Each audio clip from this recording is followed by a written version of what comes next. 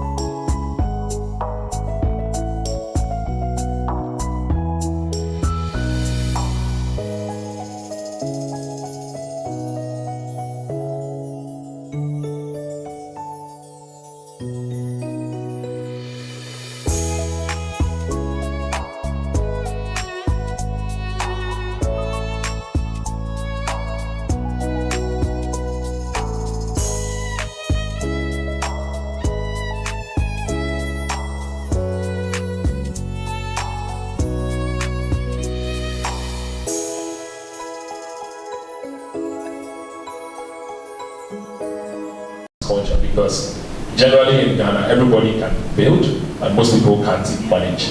So you see lovely buildings that came up 10 years ago, you go in today, they've got 3 elevators, 2 don't work.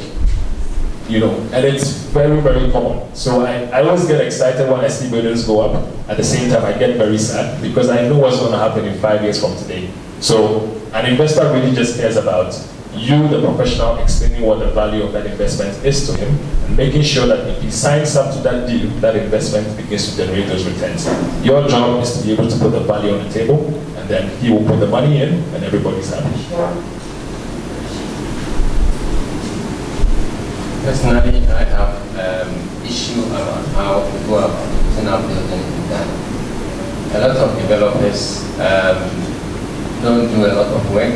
They just have the money and they invest the money without involving the professionals.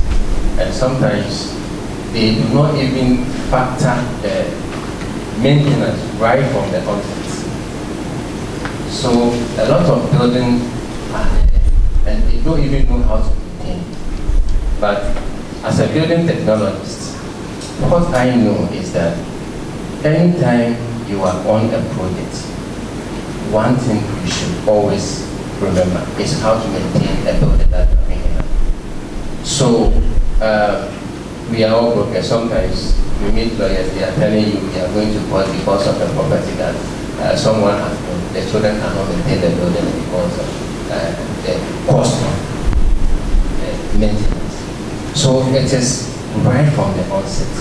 And that is why as a broker or an agent, you should understand because you see we have adopted the Western system and all the buildings that are coming up, it's not friendly to the Ghanaian individual. And so if the foreigners are not here, then it means it becomes a bit difficult for the property to be maintained. So we have thrown our culture, our building ourselves away, and we've adopted a foreign one. And Ghanaians have done a study and realized that if the foreigners or the diasporas are not coming, it is very difficult for the kind of properties we are building here to be rented out or to be sold. Because the average Ghanaian, whatever they are earning, is not close to how much a 2-bedroom is being rented at this income or even airport. So it's very difficult. So the main problem is the type of design, and then right from the project management team. What type of project? How are we going to maintain it? Are we going to get the clients to get the ROI, return on investment, to be able to maintain that property? So I have always been sad looking at some of these projects coming up without any maintenance plan. And that is why I think, let's segment our activities. Let's segment the buildings. Let us understand which property is for the diasporas, the foreigners, which ones are for the Ghanaians, so that we know that this property definitely it can be maintained. But as a broker, make sure you do your due diligence, understand the concept, go into the building, know how it looks like, understand your client, advise him properly. If it's well advised, then he can take a very good decision on what to do. Do not regret investing. But going forward, the investors coming, the developers coming, let us try to do a more simple housing that can be maintained going forward than the complicated ones that we are having now. Because we are here and we are still using sliding. You see a shop, there's no window, but the gate is a sliding. You are forced to put in air conditioning. Meanwhile, electricity keeps you going up. It doesn't make sense to you. Okay, so to add my voice, I want to touch more on the types of properties to invest in. The reason is that there's a lot of diaspora interest in the market right now.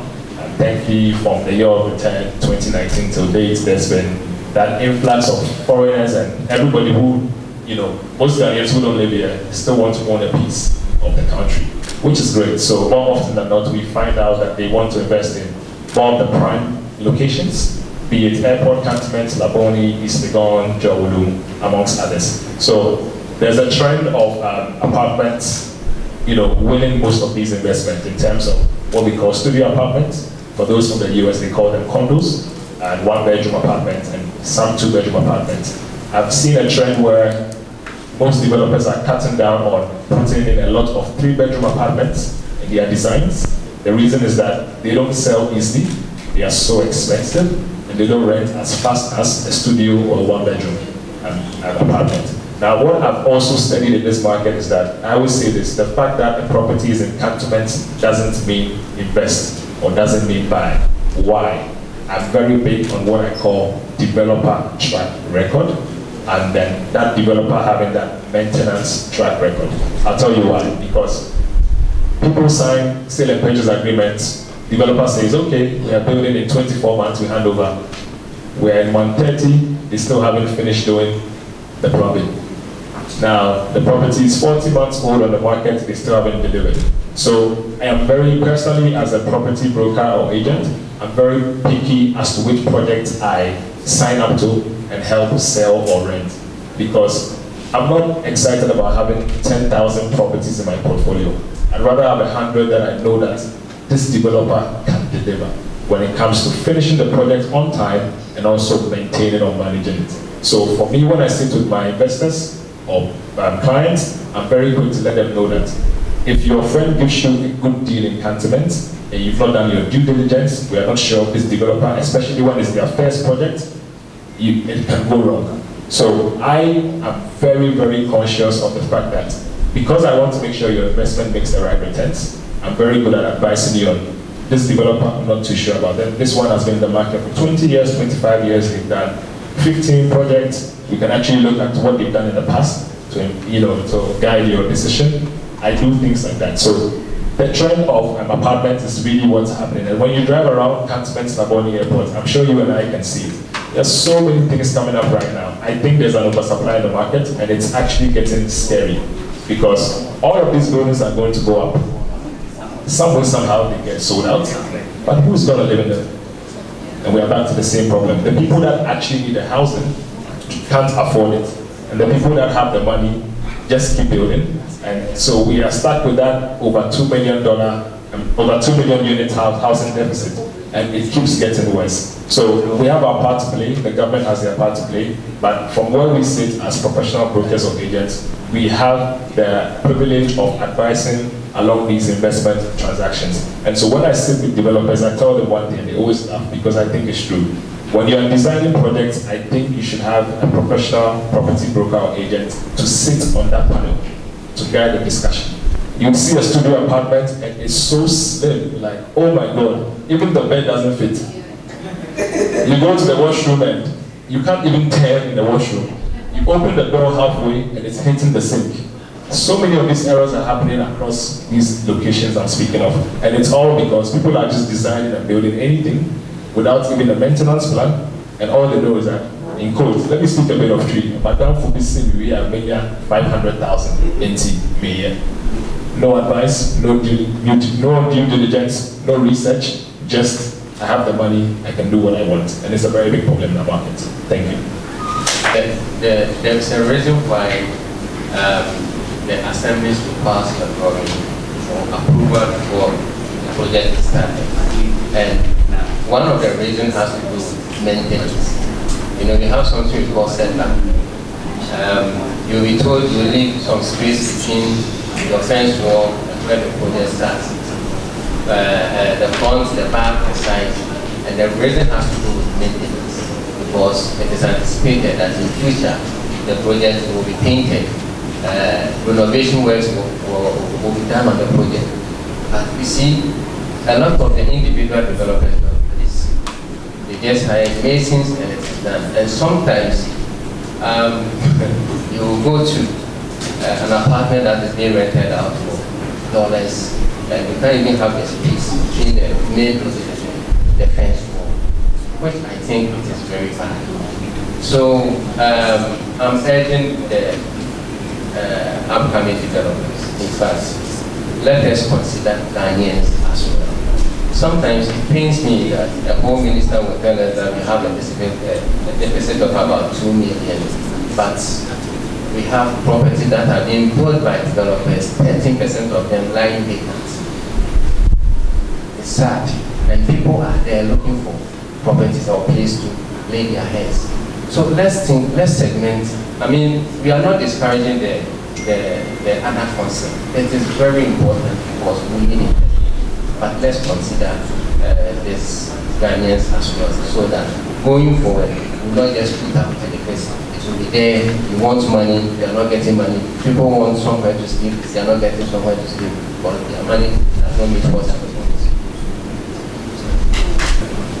Okay, so very no pressure. No pressure. I mean, we need to understand this right from the beginning that you want to do an investment. It is very important. You see, when COVID came in, we all saw what happened. The real estate sector went down. In fact, real estate was contributing about 14 to 17% to our GDP. After COVID, it even dropped 10%. It is now picking up. Now, God forbid, should we find ourselves in this same situation again? What happens? So, it is true. Our minds are always fixated in what we get and the quantum we get. You understand? But I'm saying that let us be friendly to the market. Let us develop whatever you do. I mean, you plan from the onset, from the beginning, and you know that, okay, I have a 2 bedrooms, which is not that complicated. It is not a story building. Maintaining it is not difficult, but it can be rented out for about 1,500 Ghana cedis. Okay. How long can I make my profits? All those things can be calculated. The problem here is that we have not had that interest in the local markets because, like Eddie said, we know we can have a lot of money doing the foreign business, and that is the reason. So if we take interest in investing in the local market or the affordable housing, of course, we have companies that are doing affordable housing, like Adam. They are doing affordable housing, and they are doing very well. One of their key men is in the US right now, touring and getting investors to expand their business.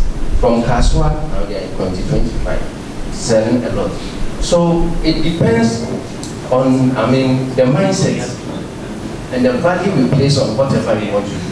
If you are more Ghanaian and you want to have a Ghanaian, you always know how to go about it. And the advice is that talk to the professionals. They will help you in understanding right from the planning stage, and you know how to execute this project. Okay, so the word affordable will always be relative, but what happens in our market is that you have to understand location dynamics first to be able to do this affordable housing thing. Because if Cantonment was affordable to average Ghanaian, everybody would like to live there, but that's not possible. So what's going to happen is that we have to look at areas that, number one, land is cheaper, because everything starts from the value of the land before you can put up the project. So there's a company called Sukasa who are doing what the Ghanaian market needs. They are tapping into locations like East Legon Hills, Oyarifa, amongst others. Then they are doing the project in line with clients who have decent jobs, maybe earning anything between maybe 3,000 to 10,000 cedis. I'm giving you numbers now. And then what they are doing is that they are making sure that all these lands they are getting have title, so that you can then buy through mortgage. Because if the house is 60,000 USD, that's about, let's just say, 700,000 cedis. Obviously, you might not have all that money, but you earn 6,000 cedis a month. You can pay it over 15 years when you do the computation. So for me, I believe that that's the kind of model we need in this market. And if you look at what they are doing, they don't do anything crazy. Very simple, 2-bedroom, 3-bedroom, 4-bedroom houses. That I always say, when you do a viewing at their properties, I always say that the house does the job. It's got the kitchen, it's got the living room, it's got a nice dining, it's got the guest room. If it's got rooms upstairs, pretty much that. And that's what we need. So I always say to developers that yes, you can do Cantonment Laboni Airport, it's exciting, but expand your territory into these areas so that you can have a fine balance, because not everybody in the diaspora also wants to invest in cantonments. Some of them, for their budget, it can be Ayimensa, it can be Oyarefa, and these are houses that you can get from, you know, example, 60,000 USD, 70,000 USD for a 2 or 3 bedroom, and that's what people can really afford. So let's look at those markets, and for those also involved in land transactions, let's try and work more with lawyers so that we don't run into a lot of court issues with land, because everything starts from the value of the land, and that affects the investment. Thank you. Okay, so let's look at what makes buildings expensive. So right from, let me say, the land, the value of the land is one.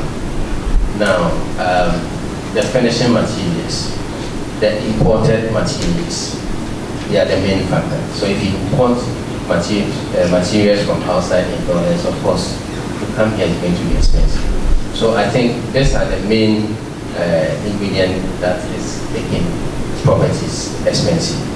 Now, there have been discussion within the greater sector, the developers, about how to get these things resolved. So, I mean, right from the onset, let's consider the land.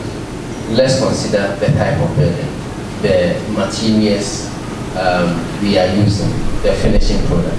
I said we can design to suit the diaspora. Fine. Let's design to suit the Ghanaian. Okay. I have come up with my own designs, and I believe in the lowest because it doesn't add a lot of pressure or heat.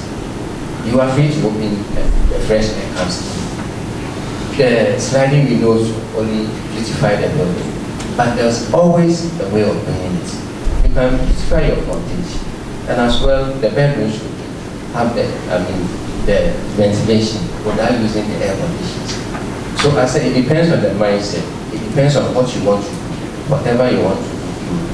As for cost of materials, it affects everything. Inflation is going up. This bottle of water used to be sold less than 1 cedi. Now it is around 3 cedis. Here I think you are buying it around close to 10 cedis, isn't it? So that doesn't change anything. But the main problem has to do with the cost of land and the importation of materials.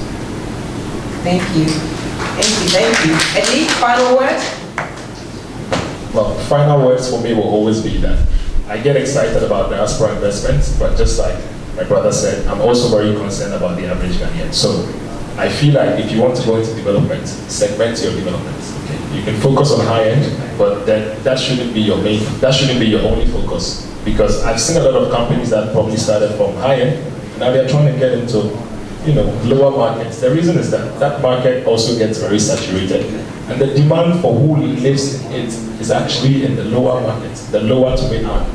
So if we're doing numbers, we know what the status is. What does the average Ghanaian earn? And for me, I think it's anything between 2,000 cedis to maybe as high as maybe 10,000 cedis max. Okay, so you look at that, then you break it down if they are going to do a mortgage. Now, mortgage rules are that you can't spend more than 40% of your monthly income on the mortgage. So when you do those numbers, you get to a realization that this is how much people can actually afford for a property where they will rent.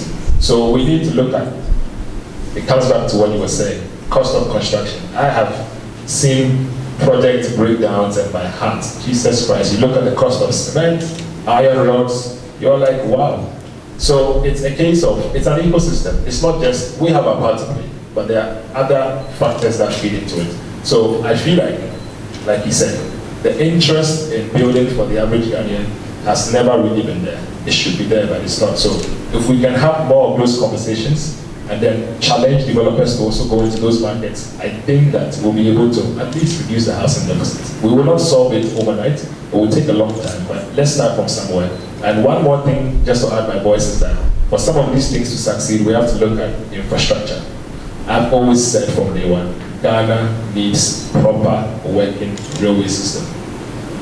If we're all going to use that highway from Ayimensa all the way to Shiashi every morning, we're not going anywhere. If there was a train from Ayimensa to Osu, I would happily live there because it's 20 minutes. You get the point. So let's look at the bigger picture and also see how all these things connect, because that affects real estate investment. Thank you.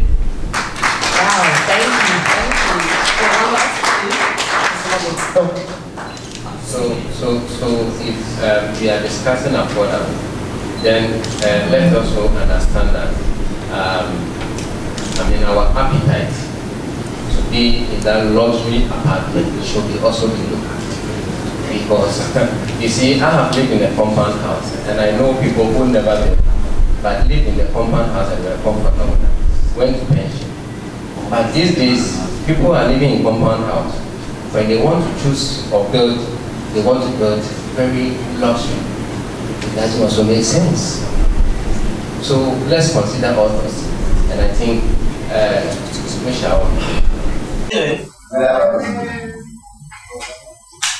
My boss should have been here. Anything that is interest in the relationship is also interesting, but because of other assignments she could be working, so she asked me to represent her. She's in the person of Mrs. Jima Mowari. Anybody who knows Massa about companies know that she's always there for everybody. So we are here to learn a little, add to what we already know, thinking we are doing it right, and then the way forward. So as she said, my name is Mrs. Matola.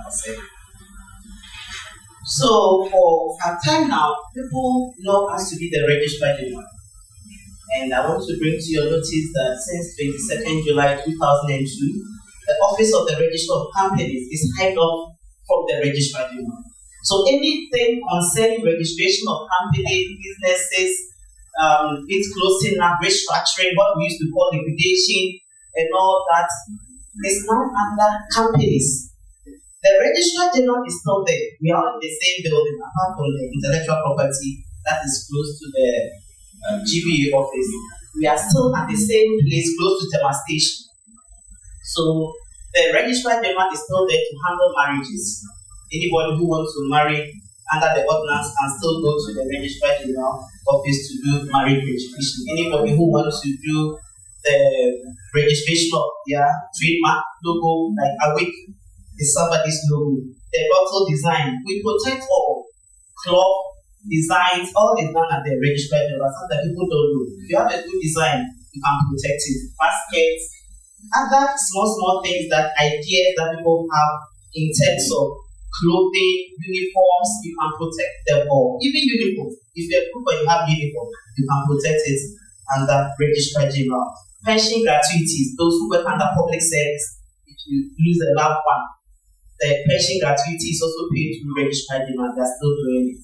If you also want Registrar General to handle your will, executors of your will, they are also there to assist. So basically, the nights I said, the marriages, especially the specializing, some people, because of maybe deformity, sickness, something, and the agency, they can't wait for the 21 days as it has to be done at AMA. So they need a special license. The Registrar General is still there so that the marriage can be done at the comfort of your home if you don't want to celebrate it at a public place. So basically, Registrar General is still there. But as I said, the Office of the Registrar of Companies is also different from the Registrar General. That was the intention of Professor Gawa. Initially, he wanted the Office of the Registrar of Companies to be separated. So when we talk of Registrar General, I want you to know, if you don't go with anything, know that now it's different from the Office of the Registrar of Companies. So now the Office of the Registrar of Companies have its own board, 11-member board, separate. We have people from Ghana Bar Association, Ministry of Trade, Chartered Accountant, representatives from all these places, and then the Registrar General and the board secretary. So we have our own seal, we can enter into contract with seal and all that. So now that is also the law allow us. And then we also now we'll be doing our own publication. We have the right to do that. So the company, those who have existing businesses, those who are yet to register, we can publish the names as is being done at Assembly Press. I hope most of you know Assembly Press when we do the publication. So now that we have that power to do that soon, if you don't file your returns, if you don't renew, we'll be publishing the names. People get scared when we do the announcement that we are striking the names. See people asking us, even law firms and all that. Our family is still in your system. We shouldn't wait. Ghanaians, we'll sit down. And then when there's an announcement, people, our office always shook. I think last month it was bad. Because they know that we are going to strike them from the system and nobody will do business. You know, Ghana, once they publish your name, you are in trouble. You shouldn't wait till that. You just have to file your business. I'll get there. This is just the highlight. So now, the Office of the Registrar of Companies. I think you've seen our logo. This is the logo. I think when I came, they've done it for you. The Registrar General one is the coat of arms. These are some of the education that are going to get up with. So this logo is especially for the Office of the Registrar of Companies. So if you see this logo is right, it's not something that is illegal. So that is it. And we have our own vision. And this vision, it is my prayer that we are attend to now that we are separate. Our vision states as follows: to be a world-class customer-oriented innovative registry for businesses and for socio-economic growth in Ghana. So that is our vision. We want to be seen when you talk of registration, when we come, not the one that will delay you, go come tomorrow, this system. No. We are changing because we are soon going to have our office around Legon. I mean, we've seen our deficiencies, and because we are bringing in new people to help us with our system and everything, things are going to change because we'll soon be going to the cloud. We will not be doing things the way we are doing them. And then our mission, formerly we used to say what was for the Registrar General, but now we have our own. I think I should also let you know. And our mission is to create an attractive business environment by providing quality registration services for businesses in society to promote economic growth and development. So, as I said, we are located close to the station. We haven't moved. I think by 2.5 years to 3 years, we'll be around the golf house. There's a lot there, about 3 acres of the rest of Ghana is given to us. So, we'll move there. Now, as I said, we are there for registration. The life of a company is like the life of a human being. We'll help you give birth to the baby. As the baby is growing, you get corporate governance, people assisting you to take care of the baby. So either the baby died naturally or we help you to kill the baby. That is the restructuring and insolvency one. So once we don't want that to happen. We want companies to live long. Sometimes I'm not too old, but I knew there were a few straight contractors. Not that those companies, they're not there again. So now the do's and don'ts of registration. I'm sure as you are here, you want to gain recognition. So you need to register your business. Those who haven't registered, those who have registered to, as I go along, I'll let you know. The do's and don'ts. Some people come in, they are like, oh, the registration is keeping long because of the name. Somebody come, as soon as they enter, I'm registering Adon Enterprise. At this time, you are doing Adon. How can you come with such a name? When you tell them, they say no. And for the church, sometimes it's terrible. They will tell you that as it was revealed to me by God. You want the name is there. They don't allow you to go. It's terrible. They let us suffer. But that's why we are there, you know. So with regards to the section 21 of the Companies Act allows us to reject names if the names are misleading, they are undesirable. So if you are coming with about 3 names on a scale of preference. So now when you come and you say, oh, this name is not there, then we go to the next one. Sometimes they will come with, let's say, Adon Enterprise. And then when you say Adon, then they say Adon. And then they just add it. And then they just say Adon. So we don't want that. When you are coming, come with unique names. So if we tell you that Adon is not there, then maybe you are coming with, maybe you can even do fancy Adon. I don't discourage people from their names. I let you add on, but it should be unique. I didn't talk much about patents and those things, like those are the features. If something is of novelty, it's nice. I mean, you market yourself in a nice way. So with the name, and then we don't also want vulgar words. I can't say some of the things. Some years ago, somebody came, the person was coming to register a company. I think he's selling condoms and the rest. And the name he wanted to give to the business name, I mean, it's a disgraceful woman. So I'm like, that's where you came from. So why do you want to use such a name?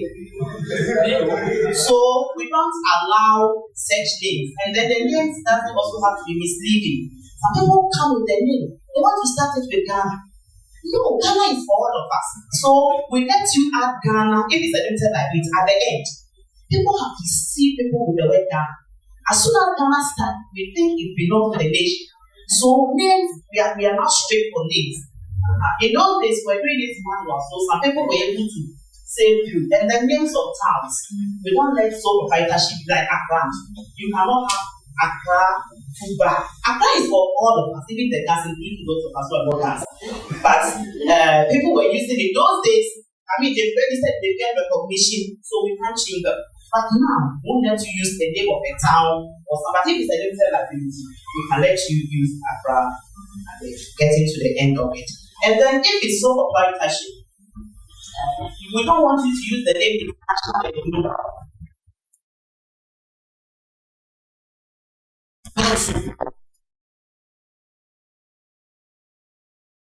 Sole proprietorship to you.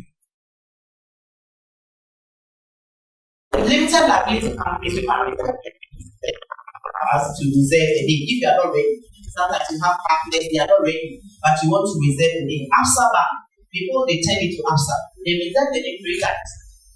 They reserve the name from parties. They were not ready, they were still putting abstracts, even though the company was in existence before they changed it to ABSA. I even did the letters for to change the name to ABSA. So you can reserve the name. And then it's one thing that we need to also know about naming. I'm doing this name because that's where we start the registration for. We use sound and words. It's important, it's very important. Don't come and say,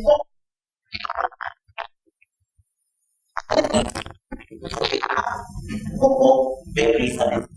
Okay, won't allow it. And that one to sometimes they get angry.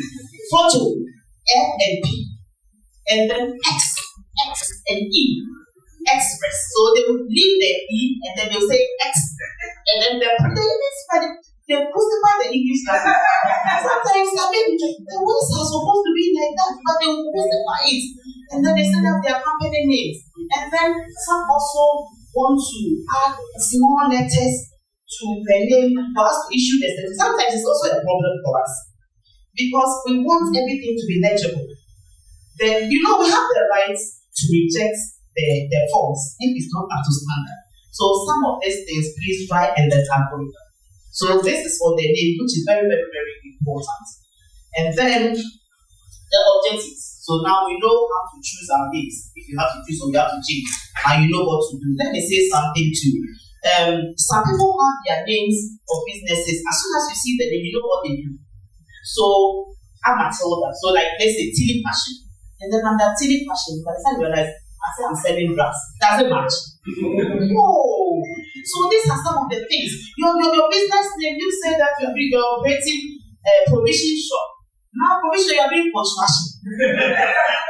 So please, the object and name, if it's not generic, we the Ashantis and the we like the I want men like Matador said, enterprise, so that I can do a lot of things because it's more generic. So I can do a little construction, jack of all trades, master of none.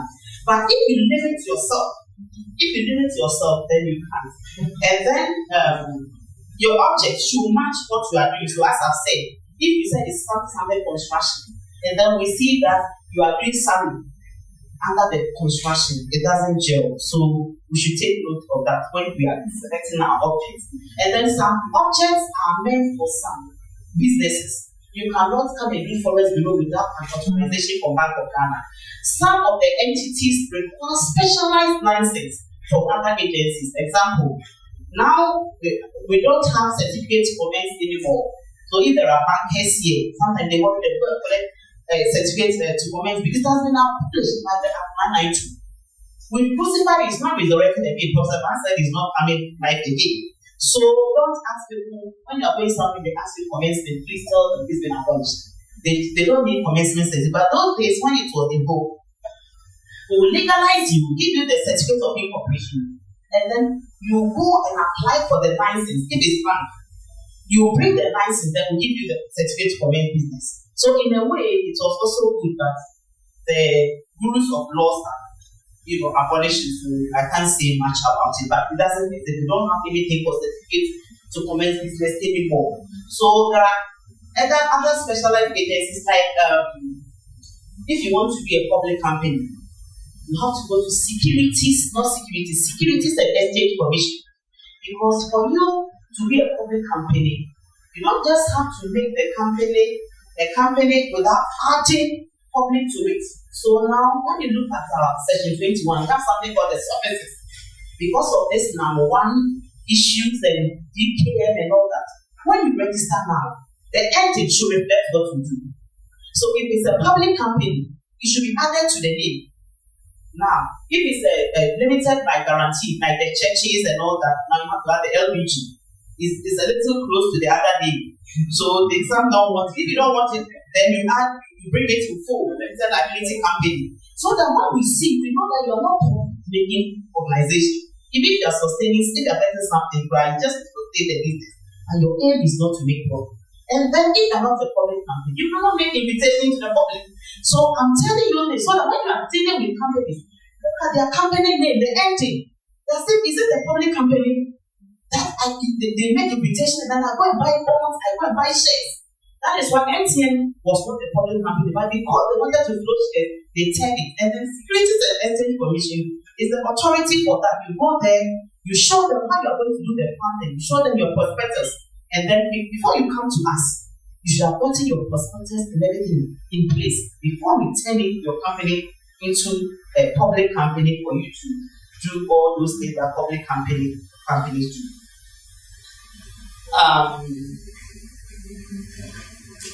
And with the Act 992, if you are 18 years, you can form a company. Formerly, you couldn't do any business with anybody.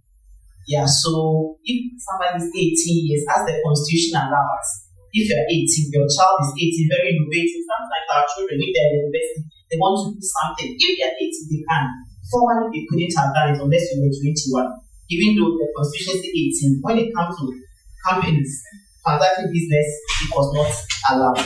Now, those who are letting old, or the lawyers here, we used to call the document when you register, we used to call the regulations. Now we call it Constitution. It's not regulation again. So we told all companies to come and change their company name to either make it LTD or limited company. Formerly it was company limited. And now the law says limited company or LTD, the ending. So even if yours was LIMITED, you have to come and do it LTD. So yeah, we have to take Accra with us. So that is what the law says. And then you also need to register the new constitution, whether registered or registered. Some people come with their constitution because they want their thing in a certain way as to guide the directors and all that. So they design their own constitution. So when you do it like that, you bring it to us, we scan it in our system, and then we reproduce it for you. You cannot do your own constitution and keep it home. It will not be recognized in our system. And you would also have the watermark, the certified true copy running to it. So if you're a lawyer and you do it for somebody, you're a lawyer and you do that for somebody, you have to bring it to our office so that we produce it and then you see the certified true copy.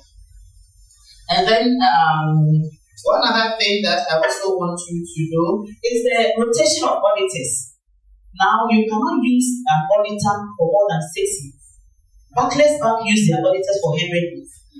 As a result of that, we're having issues, they get familiar with one auditing firm and all that. So now by law, you need to change your auditors because it's only law. So after 6 years, we need to do that.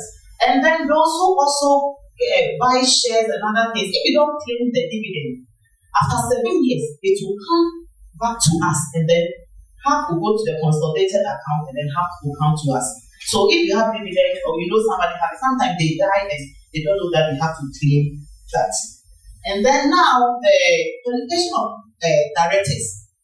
We have a new form called statutory declaration. Now it was not part of the Act 179. This Act 992, you have to give us statutory declaration, you have to fill it. So that whatever information you are giving us, we know that that's the truth and nothing else, and it's like affidavit. So if you are lying, one day you face the consequences. And then also company secretaries. It's not only Tommy and Harry who can be a company secretary. It can be a lawyer, a chartered accountant, company trainee. Some people, by the end of their work, they've studied company law. So Section 211 of the Companies Act shows the duty. If you're a company secretary, you need to report to the board any changes. You need to let the board know and all that. So it's not anybody who can just be a company secretary.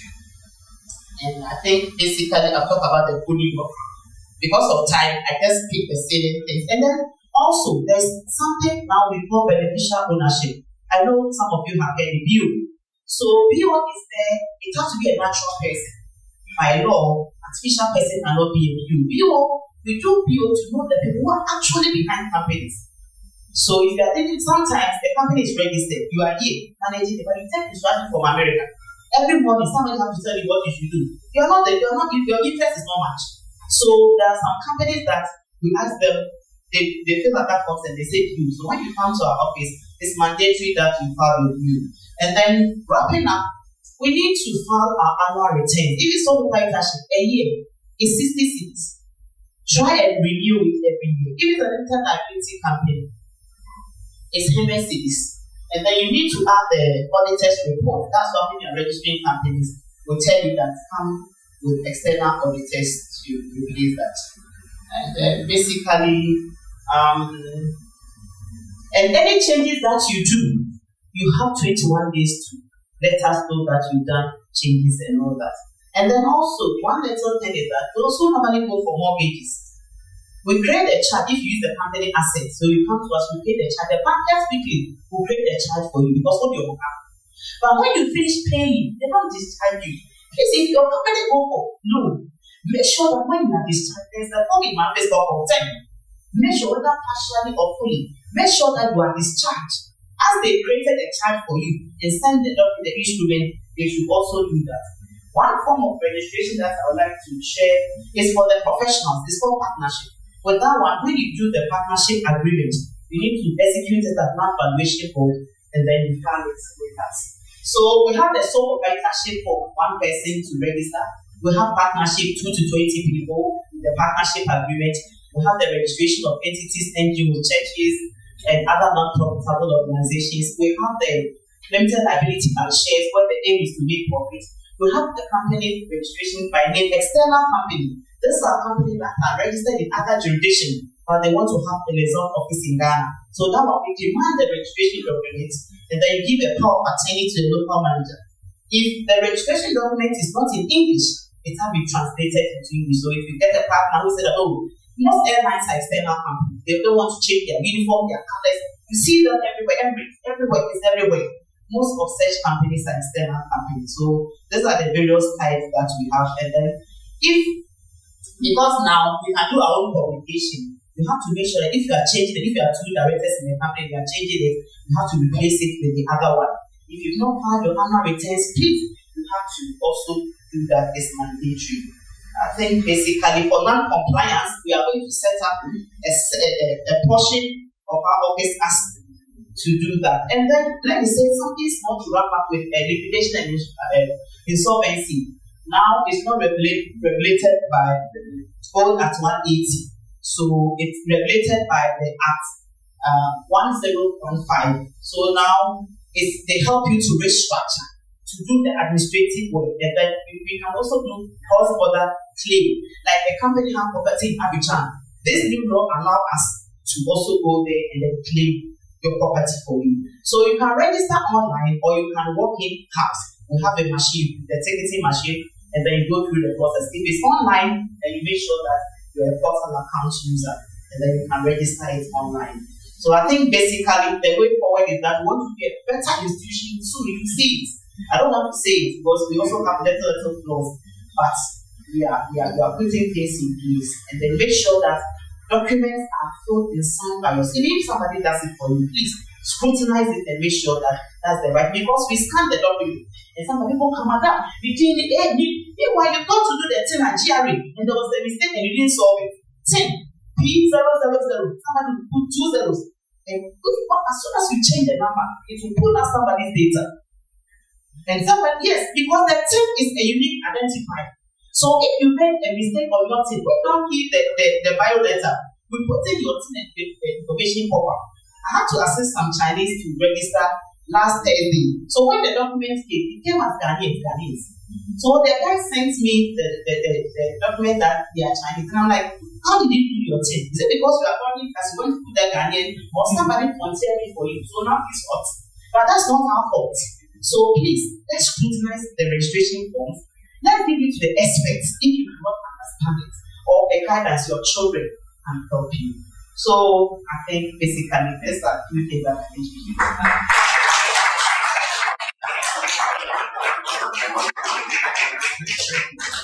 Wow. I know, right? Hands in the air, hands in the air. I mean, I don't have any colors until I feel like I like the energy. So I will be your assistant and I'll go get the question for you. Ebenezer, stop looking at me. Ebenezer gave like 3 minutes, 5 minutes ago. I'm just not helping either. I didn't need to stop you. I'm sorry. I was enjoying myself. Okay, let's start with Alex. Hi, good afternoon. I like that video. When I would like to know the briefing for the type of advising that the agent to poverty law. You are talking about the briefing for the addition you have to add to your income or limited liability or enterprise. Which one do you advise get if you have property development and selling of building materials, stuff like that? So basically, depending on the number of people putting up the company together, if you are doing it with your wife, then it cannot be a sole proprietorship. So you can do the partnership or you can do the limited liability company, and then you add the end with other LTD. If it's a sole proprietorship and you are into either investing, either in building materials, paint and all that, it can be a sole proprietorship, like one person. So the number will determine the mode of registration. I hope you understand. So if it's a construction company or building real estate, it can be a limited liability if you are doing it 2 to 50 people. It can be a sole proprietorship if you are the only one. So that is the parameters. Thank you. Kodra? Thank you very much. My question is about direction. How many people do you need for limited life? Minimum? 5. No. The minimum is 2. The law says 2. Yes, you can go up to 5. Thank you. Charles? Thank you. My question is, in terms of filing the annual returns, is it on calendar based or US? So with the annual returns, it depends on when you register it. When you start registering, after the first 18 months, the law says first 18 months, you should file your AGM. So after the first 18 months, when you file, then subsequently you use the calendar. So everybody's calendar year is different. But most people, they do it because sometimes there's a lacuna. We don't really bother after the 18 months. The way it falls, they extend it to the end of the year. So if you go by that, the 31st December, then please, you are going to follow the 31st December. Some is around June. But most people, I realize they prefer so that they know what they've done for the whole year. So that's why most companies go the 31st. So after the 18 months, let's say it falls in April, March or April. Somebody will just wait and then do it around December because it's the same year so that they can follow the December trend. That is why people like the December. And then they also know what they've done from January to December. And another question is, I have a sole proprietorship and I'm trying to ask my grandchild. When I was registering, I didn't include my grandchild. So from what you say, you have to go back and another company or another sole proprietorship and come back and objectives into the one that What do you want to add to the one that you already have? What object do you want to add? like rental. Rental. Oh, you can amend it. What is the name of your business entity? It's Jacob 66 benches. Okay, so Japan 66 benches. 66 benches. So you can add rental services to it. By coming to your office? Yes, by coming to and amend it. So you file from G, there's a problem. You just file it and we add it for you. So you get it. The original documents will not change. For record's sake, there was this case, I think my supplier stated that original document will not change. So when you change something, the profile will change. But your original for A will never change. Thank you. Thank you. Is there anyone else that have questions? Thanks for the last one. Yeah, okay. My name is Osara Rosali. I'm Nigerian. Please, my question is this. As Nigerian, we have company in Nigeria, for instance. We want to build a company here in Ghana. Please, can you tell me the procedures about it? Thank you very much. I didn't go there because of the constraint of time. If you're a Nigerian, whether you are ECOWAS, you have to meet the $1 million, depending if you are doing trading. So as a foreigner, you get the same form. Our registration form is the same, but your nationality will determine the equity.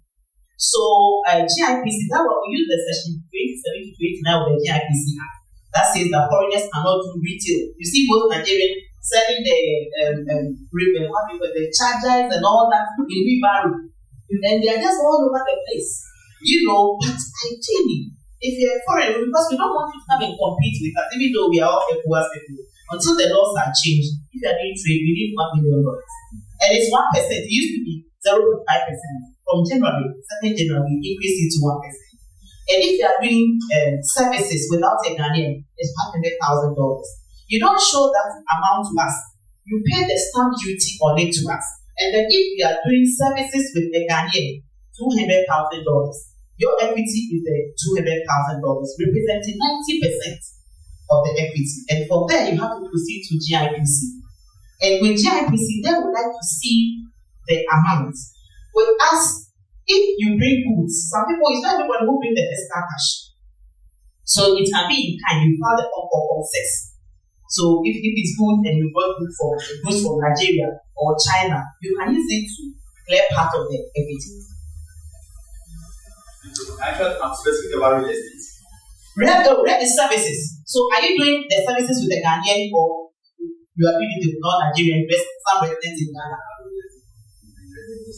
And you want to have some here. And I want to know, are you doing it with a Ghanaian? Or you are doing it with Nigeria? I'm just to see how to see. Oh, okay. So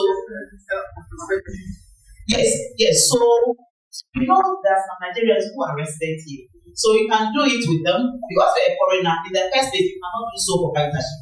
So it has to be a limited liability company. So you need somebody to partner you. And then at any moment in time, one director should be resident in Ghana. That's what they know. Wow. Thank you. We have learned a lot. Thank you so much for listening. I should do any. And that's how I started. My first one was a disaster, but I had somebody to come and rescue me. Okay? So that's what happened. We learned, right? With me. Now, if somebody, like a young guy came to me and said, hey George, just right now, he said, George, you know what? I have a land that I'm going to sell. And I think the guy has a price and overpriced it, right? So you are asking what to do, right? I'm not here, so I don't know that local whatever. So I gave him to advice. That's why when I came, I told you that's what I told you the first time. I said, what? Try to get is where you want to be. It's very, very important. Okay. He said I have 50 minutes. Okay. Somebody where you want to be. Alright, it's very, very crucial. And that's why I told you I'm going to set up a mastermind group that I can interact with. Now let's get back to this. Now I have 15 minutes. I'll rush through. Don't blame me. Anyway. Okay. One. It's a 7 critical steps, right?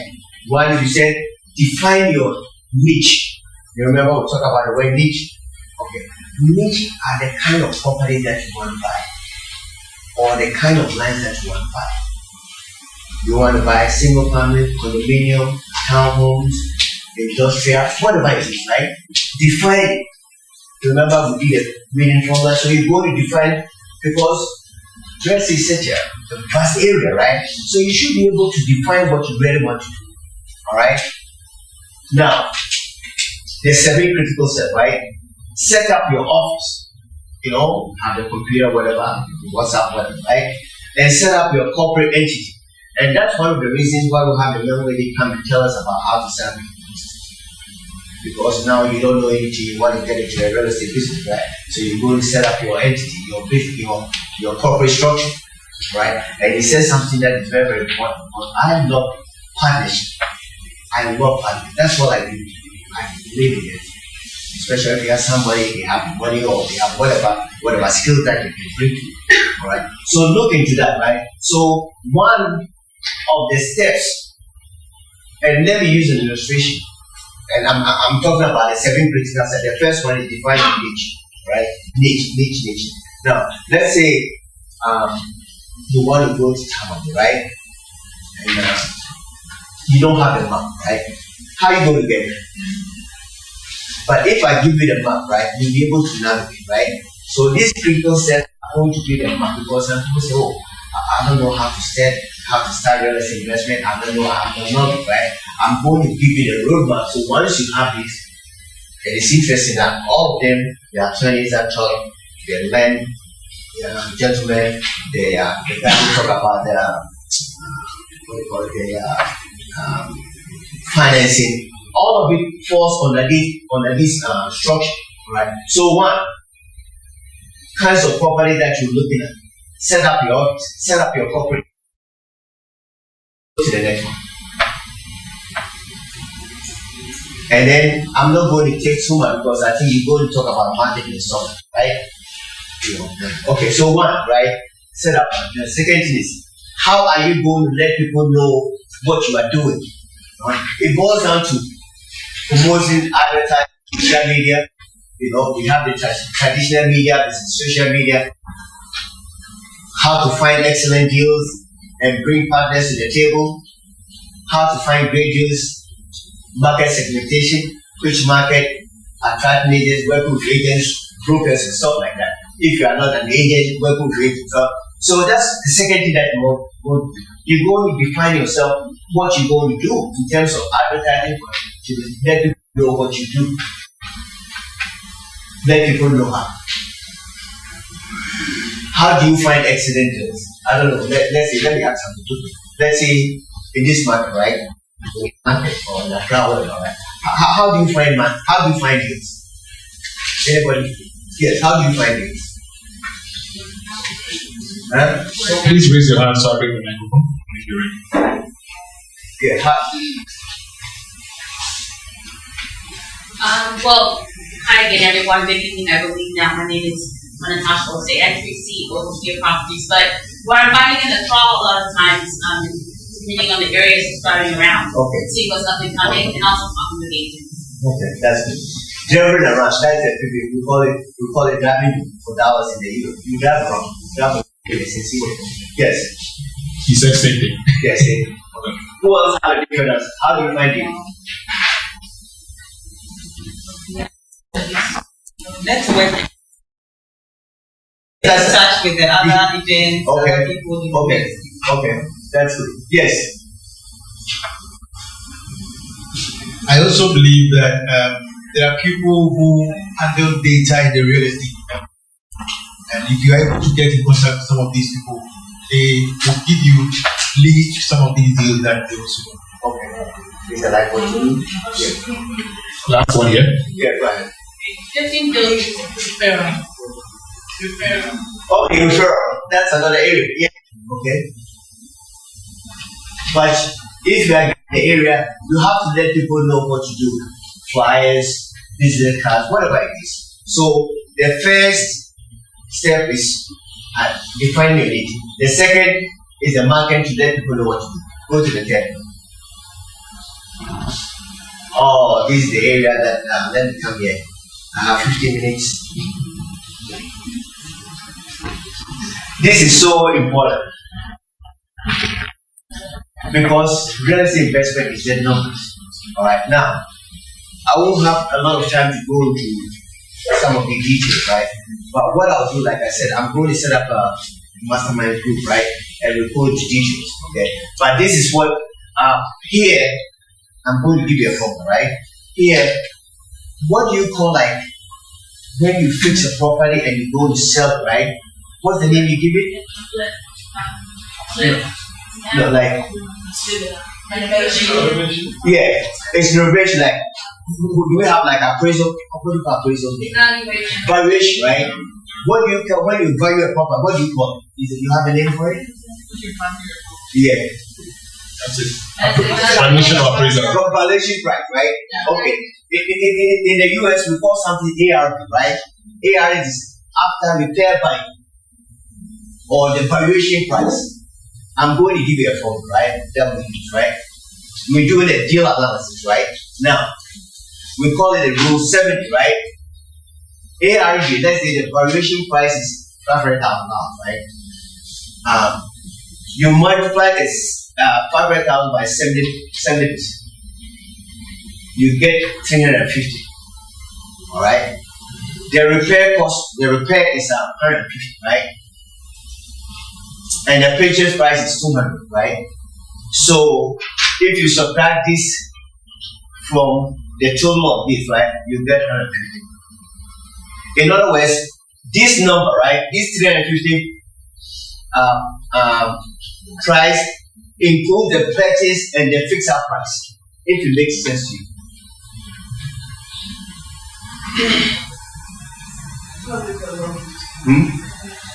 Okay.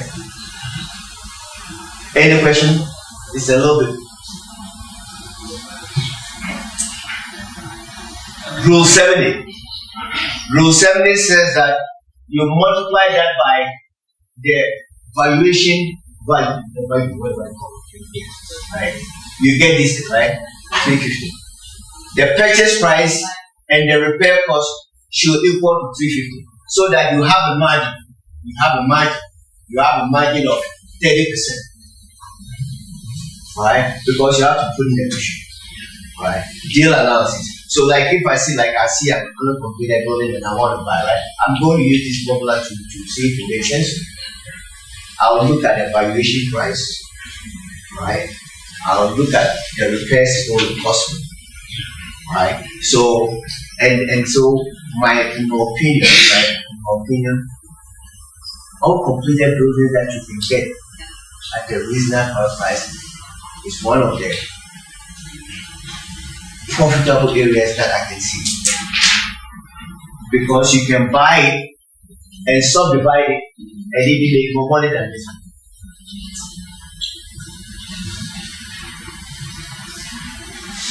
So this is what we call Rule 70. Any questions?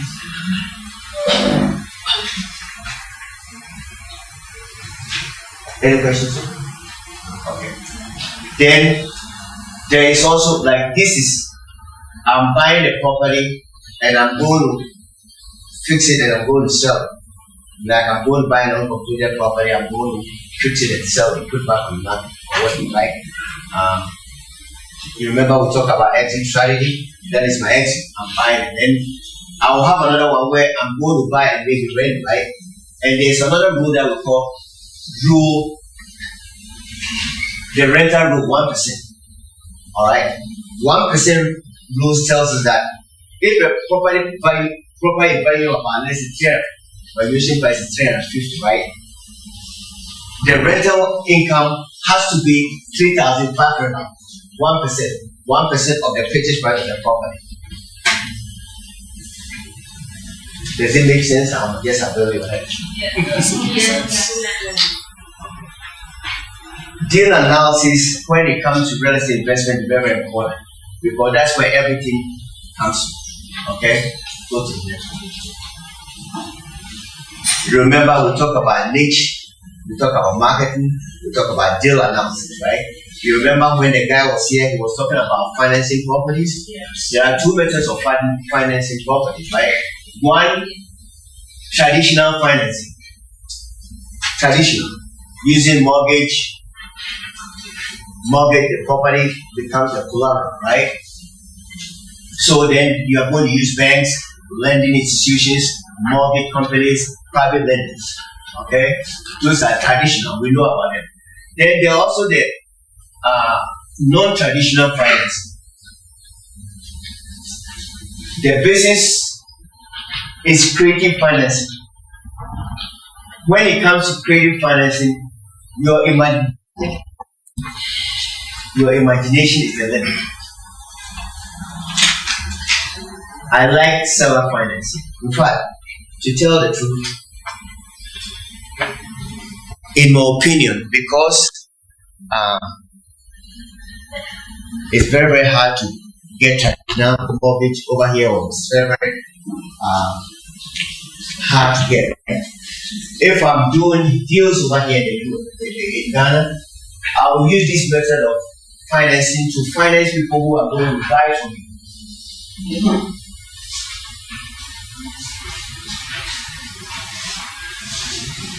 I will owner finance the deals for them. Alright, because it's easy, you know, I'll finance it maybe for 10, 15 years or something. And if I'm going to buy a property too, I'm looking to see if I can get an owner to finance it for me too. Does it happen a lot? Right. Does it happen a lot here?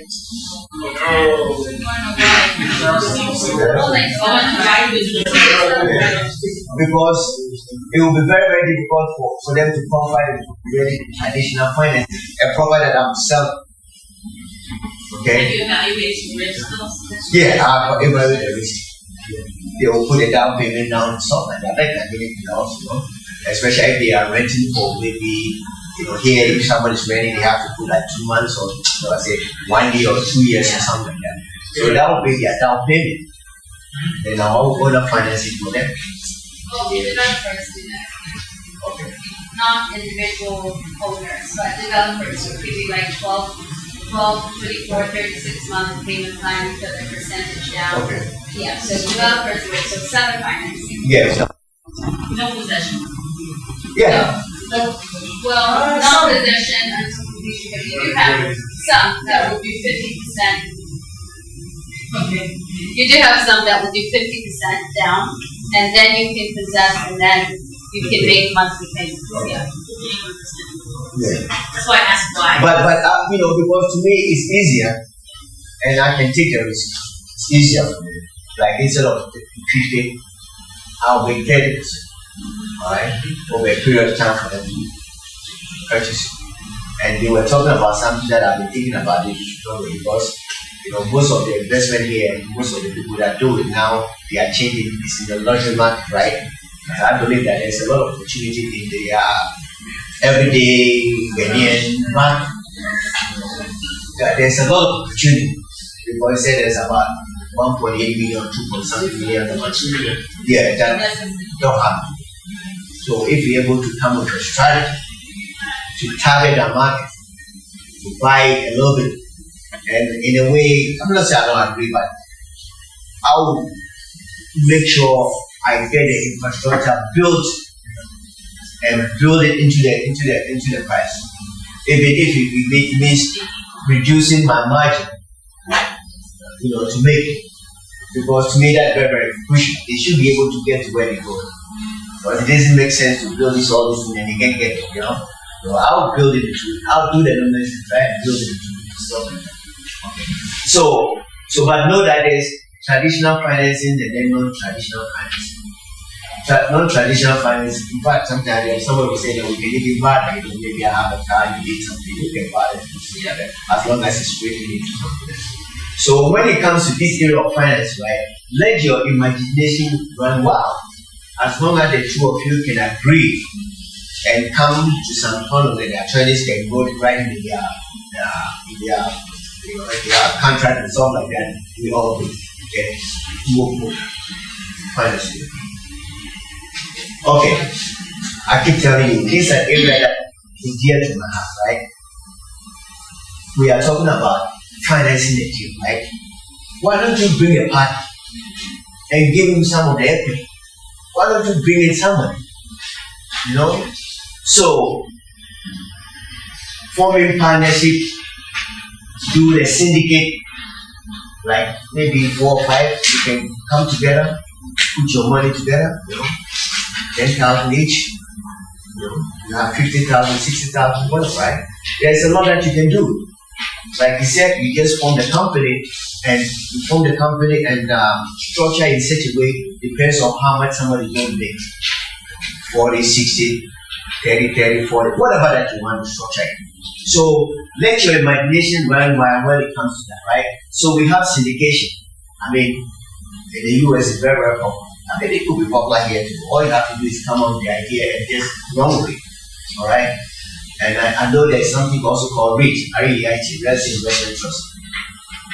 You know, a company that owns and operates income producing. You know, right?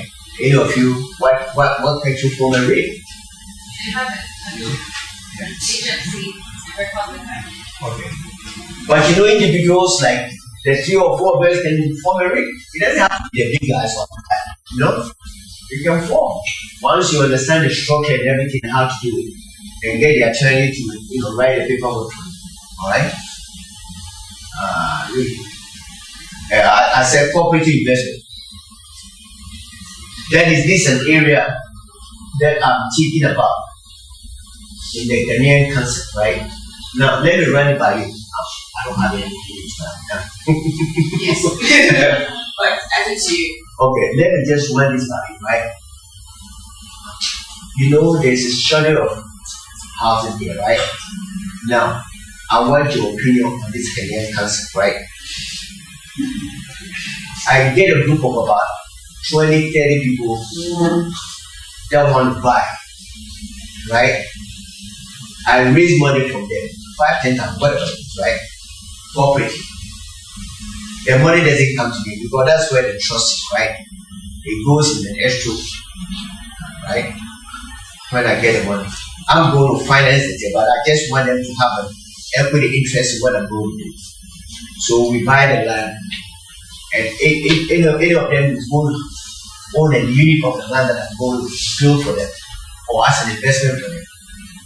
Would something like it be of interest to your average Ghanaian? Yeah, with the extra, yeah. Okay, because I know there was a guy number 1 or whatever took people's money. So there's a lot of trust, right? But I know people have money, and if you can come up with a creative idea, right, and be honest. Be honest and do what you say you're going to do. You can raise a lot of money and do things that people have no imagination of doing. But the key to me is honesty. Because people have money, but they don't trust you. So just think outside the box.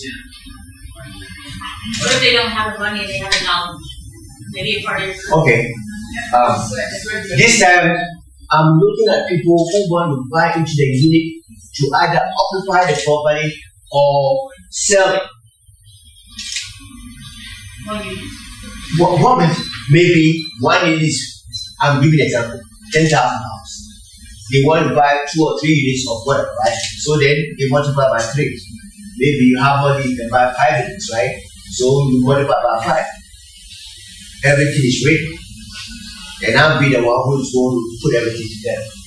But I'll have the money for the construction.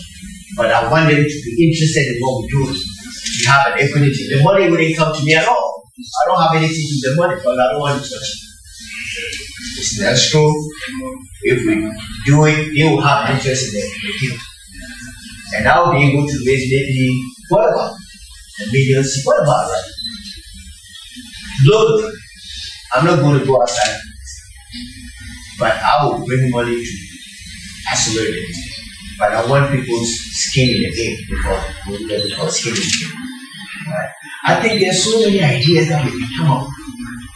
Okay? But the key is being honest with our clients or whoever. That is the key. So that's why I started by saying, think big and let your imagination run out and see what we can come up with. When we formed the mastermind group, these are some of the things that we will talk about. Because, in my opinion, we have to find a way of changing the way business is done over here. Yes. We have to find a way of changing the way business is, capital is raised. We have to find a way.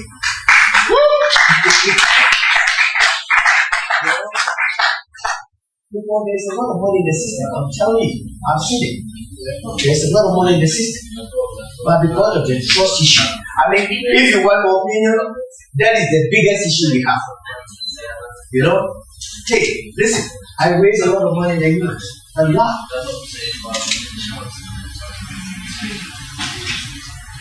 Because they trust you. And then there's recourse. You see? Some region that will build it. It's not my money. I don't have money in my pocket. Who has money? You know? You learn how to raise money, to do deals. And people will give you money because they trust you. You see?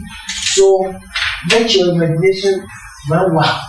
And from now on, say, hey, listen, I'm going to be trustworthy in whatever I do. Hold on, let's go so I can finish. 1 minute.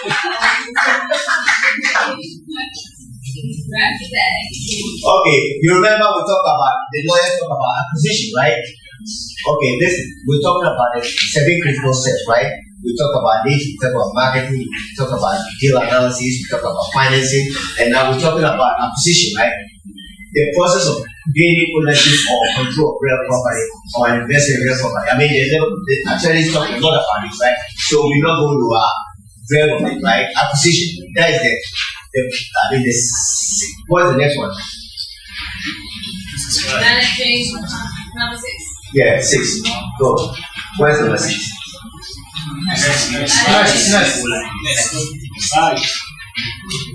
Okay. Managing the construction project, right? Assemble an excellent crew, have a team, architect, engineers, supervisor, draftsmen, designer, and how to organize a team, how to manage the rental unit, hire property manager, managing the rentals. What does it involve? We are navigating the roadmap for being an investor, right? And these are the critical steps.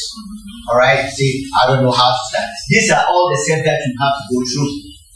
I don't know.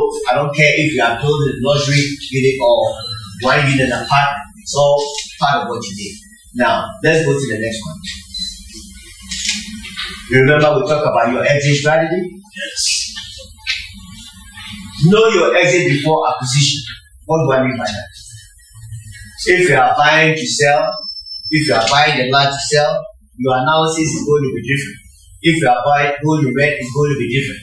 If you are going to buy Airbnb, short-term rentals, lease purchase, lease option, and all these things, all these techniques that you can use to acquire properties, we'll go into details when I do my mastermind. But this is what we call exit strategy. What am I going to do after I buy the property? Am I going to sell it? I'm just using the fancy word for something that you know already. All right? Exit strategy. Am I going to buy it? Am I going to sell it? What am I going to do? Okay? Now, I think that the next one is going to be questions and answers. Go ahead. What's the difference? Okay, I'm not going to go into this because I'll put you to sleep. Because I told you real estate investing is really numbers, right? We're talking about capitalization rate, return on investment, cash on cash return, annual percent constant, loan to value, debt, service ratios, gross rent multiplier, gross operating income. All these are metrics that we use to analyze investment property. Alright? When we do our mastermind group, right, we'll go much more into details in that. Okay, I think that's about it. Any more questions or anything before going to Yes, I think, wow.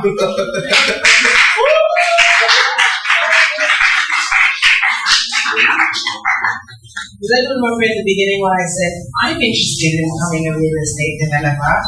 Guys, I think I'm tired. I think I'll leave this to the professionals. It's a lot of numbers. Wow. Does anyone else feel like even though they knew a lot, today they've already learned a lot? Yeah. Right? So much to learn. I love about these kind of events. So, does anyone have any questions? We have one panel left, and that is about actually how we make the money out of the investment. Before we go there, does anyone have any questions? 1 or 2 questions now. I think 2. Yeah, there we go.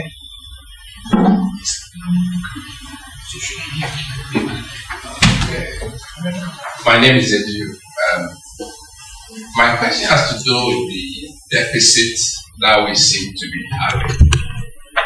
You mentioned 2 million, 2.2, 1.8. So let's say 1.8 to 2. What is it? Because if we don't identify that clearly, we'll be targeting something that may not exist. The reason I'm asking is it people who are capable of owning properties and are not getting properties to own, or people who just need a place to lay their heads? What exactly is that deficit? Can it be clarified? Thank you very much. I think this was channel 1. Am I right? What was the question? This was in who's in You're gonna. No, I remember this. This was the deficit in housing, right? Is that what you're talking about? How many properties are needed versus how many we have? That was George Jacob, Gareth. Yeah. Did you mention it as well? Yeah, so Jacob mentioned also in context of Gareth. Okay, what's the question again? What the deficit is? What exactly is the housing deficit? I think people moving. Okay, yeah, I think I have an idea. If anybody has anything, sorry, I have an idea. But if anybody else has something to say, this is what I think. This is what's going on, right? What it says. He said that they should have. So generally, it is over 2 million housing units. As to whether it's people who can afford but don't have access to mortgages, that's another conversation altogether. And I don't think I have the capacity to answer that. We can only answer that if we have the data from the top. Right? Do you have something to add? Yeah. Please go ahead. How do you want to answer this question? Yes. Winning question. This stemmed from a statement by the Minister of Works and Housing at some point, and so many other government officials who've spoken about the housing deficit. And they mainly talk about the housing units. So this is very good because actually it's not officially defined. So we should go back to powers that be and ask them to officially define, but they are talking now in terms of the housing units in the sense that Ghanaians we don't have homes where living 1.8 million. That's what they're saying. But of course, all these are in the bracket of what we're talking about. Exactly. But I also think that there's always caution when we look at these numbers. And I'm just going to say this. Sorry, everyone. I think there's always caution. When we look at these numbers.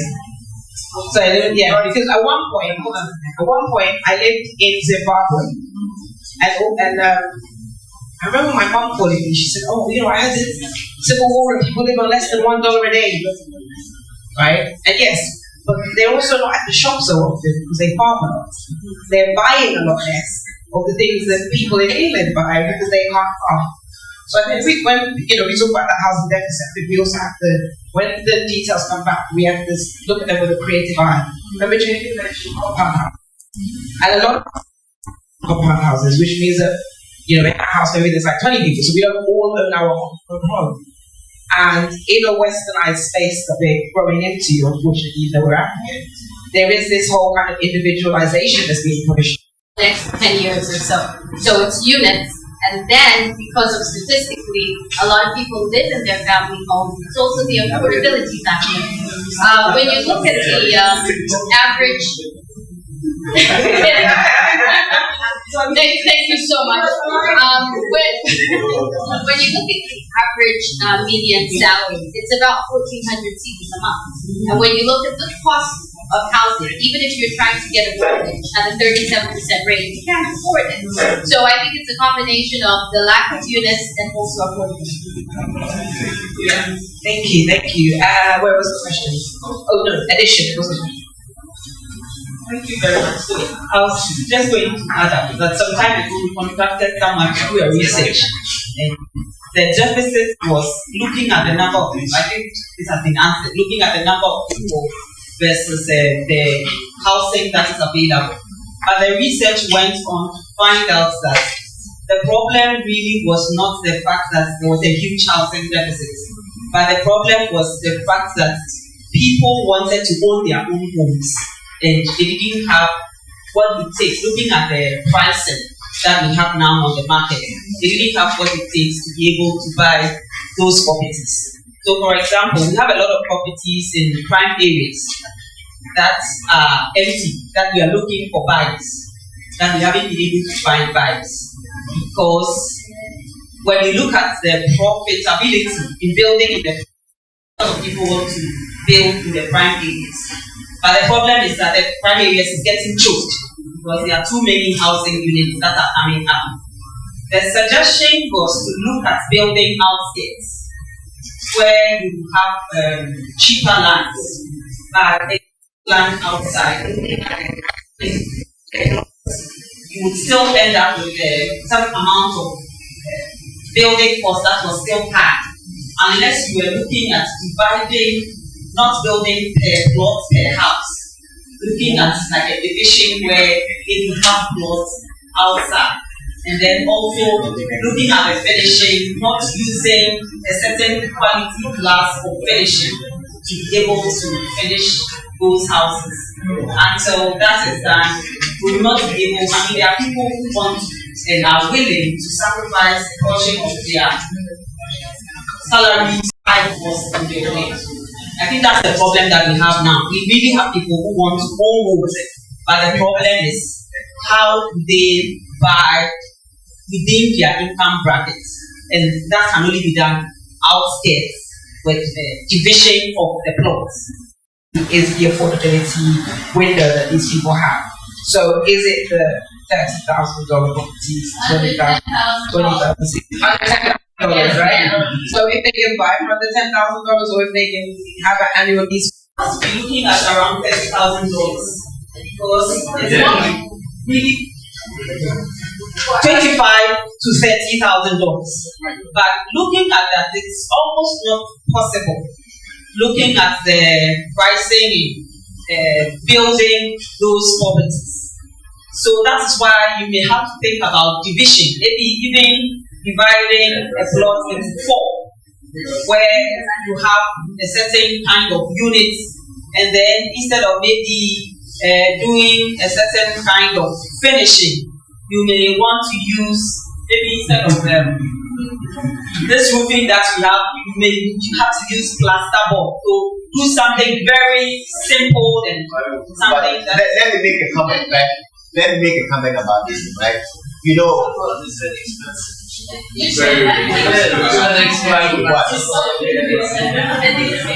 okay, I think the problem we are having here is a lot of that we have a certain mindset. So as you were mentioning the mindset, I was so happy about it because I was selling a property. Okay? I bought it and I was selling it, and this guy came from US. He wanted to buy it. This lady also is a church member, and I thought she could buy this house. And she was meant to be top down, meant to be too big in this car. As she said, right, she sell it in the sack form. And I said, so can you give me 2,000 a week? I said, bet me I'm about 5,000. That's what bet me to be. So when I sat her down and I gave her the details, it was like, oh, then I will buy a house. So the mindset is that I can't. So the devil, you give them the picture that they can. You realize that so whatever property you have, don't just go there giving them the big figure there. It just scares them off. Why don't you just break it down in pieces and say, you know that with this amount daily, you can buy a house. This amount daily, you can buy this land. And so when you break it down to them like that, it's okay, say, so you are selling rice, you are selling tomatoes, you are selling this, you are selling, okay, you know that if all of you come together, I can give you a house that you can have one bedroom, you can also have one bedroom on one hand, and the 4 of you can live together. You go to the market and you come back together. Oh, that is nice. Then you are bringing their minds together. But if you go there, you are like, it's a property. Some people will not even pick their phone to even ask the price. They don't even know the price. All they know is that it's expensive to me. They don't even talk of it. So when you break it down, when you go to their level, one-on-one, when I'm selling my property, I don't go to the banks, no. I go to the market. They see money every day. And so when we give it to them that on daily basis, this is what you can do. And at the end of the month, you can do this. And at the end of the year, you can do this. So 3-4 years, you can own this property. They jump at it. So let us go to the people who need the problem. Those people outside there. Let me give you a typical example here. What happened right now? When our brother 60 years old, he's from Nigeria. He's now in the country. They break everybody. Everybody, somebody taking this number, everybody. You don't even know this guy. Everybody, when the foreigners come, you're all jumping up here. But we need the locals out. So soon, Ghana is going to be ruled by foreign people. So let us try to help the local people. Go to their details. Okay, that's good. Let's make a comment, right? Let me make a notification. All right. and I'm going to use this as an example, not to belittle anybody, right? You have heard the word market segmentation, segmenting the market, right? What I've realized is that in Ghana, any building that they build, they want to put in the most expensive everything. It doesn't make sense. You see, in the US, and you can attest, we have first-time home buyers, right? Just a loan, what about the price range? They buy that one. It doesn't have all the bells and whistles, so to speak. Bells and whistles, it doesn't have all the everything on it. No. So they buy the first one. Then the second level, they might buy one with a little bit more sizzle, if you want to put it that way. And then they go to the third level. But it seems the same thing has to do with mentality. It seems like everyone wants everyone to, immediately they want everything in there. So if I'm doing, like Mr. Jacob was, if I'm doing a division, right, I'm going to get the middle level or the lower level. And I'm going to design and everything. But it's not going to have all the function. But then you won't have money. And I would even use that money to do the infrastructure to control the roads into the subdivision than putting all the losses in. So let's think about how we can segment the market so that we'll be able to address the deficit. I mean, we believe that if the government has to, I believe that we can do it.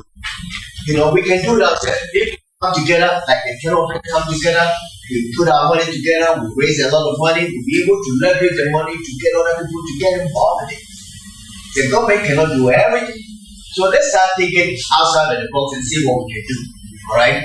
Okay, so I think there's two questions. One here and then the lady at the front. We do need some more female voices. So I'll come to you. I think you just answered the question I was going to ask. Because, we all hear about affordable housing. But how affordable are the housing that people are putting up? Everybody is going to have money.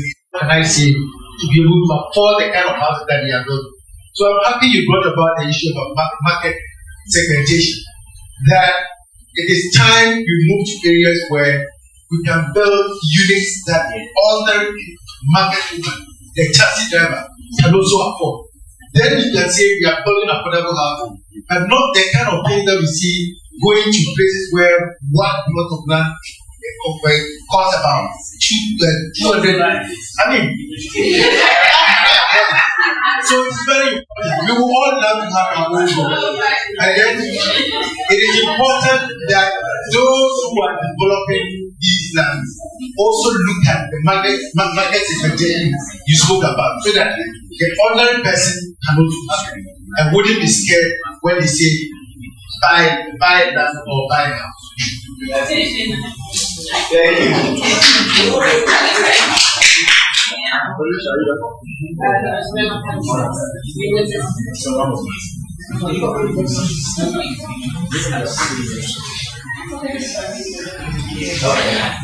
All right, good evening.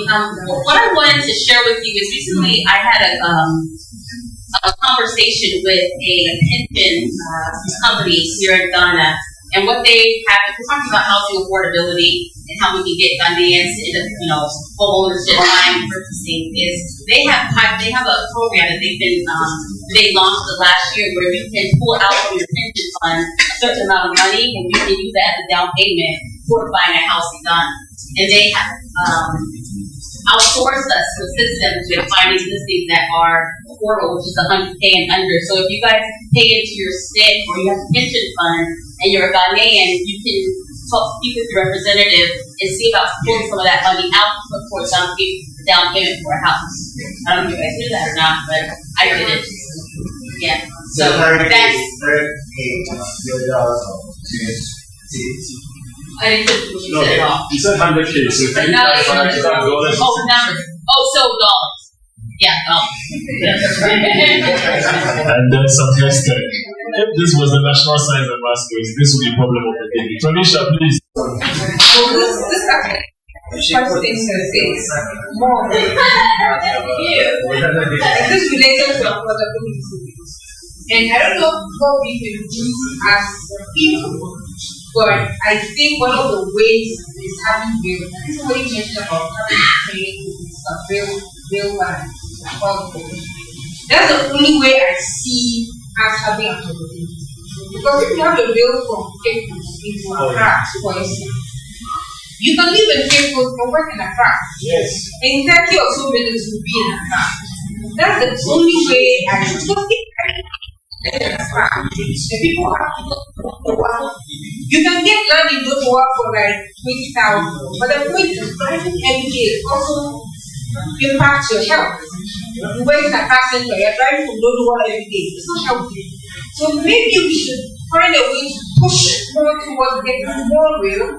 That would really help. The pressure in Accra will drop. People can live anywhere and work in Accra or wherever. A round of applause for her. Thank you very much. Tonisha, over to you. Sorry, no, there was just a little point here about the government should do it. I'm just raising the fact that usually railway lines are created by private institutions, and then maybe at some point, once they're functioning, a government might decide to take them over, but they're really started by a government. So I just want to say that. Before someone says it's the government's responsibility. Really, Jacob, I got to take a question from Jacob.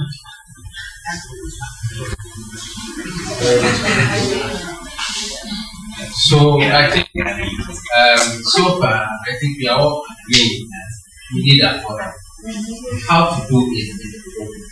Now adding on to Warrior's comment, if we change our mind, say we are being affordable, then of course we can push the government to do the infrastructure targeting. My other suggestion is that you see sometimes you can pick up the structure, roof it, do the rendering in the classroom. You can sell it out. Because most of the times, people come and they don't even like the tiles, the ceiling, and they will change it. And this is where we can have collaboration. And I'm seeing people advertising, telling like this is what I do, this is what I do, ceiling. This is where we can have it. So the affordable can be done. It is the commitment and the mindset. So what we are moving or taking from this seminar, whatever we are doing, we are not discouraging the luxury. We are also encouraging what Ghanaians also need. So once we move up to that mindset, we are going to make it happen. It shall happen. And those of this year, it shall happen.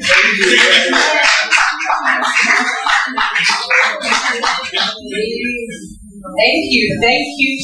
So I think, George, did you have any final words before we end this amazing segment?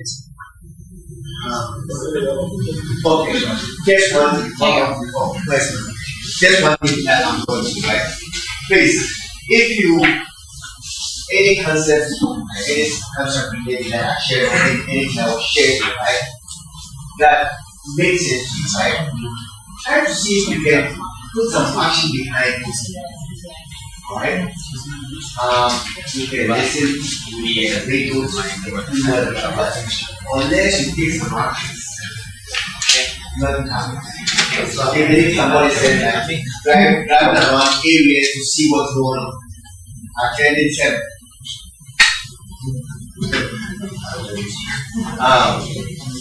Okay, taking action. To me, that is there. People that I'm so expressing, right? A lot of ideas were shared.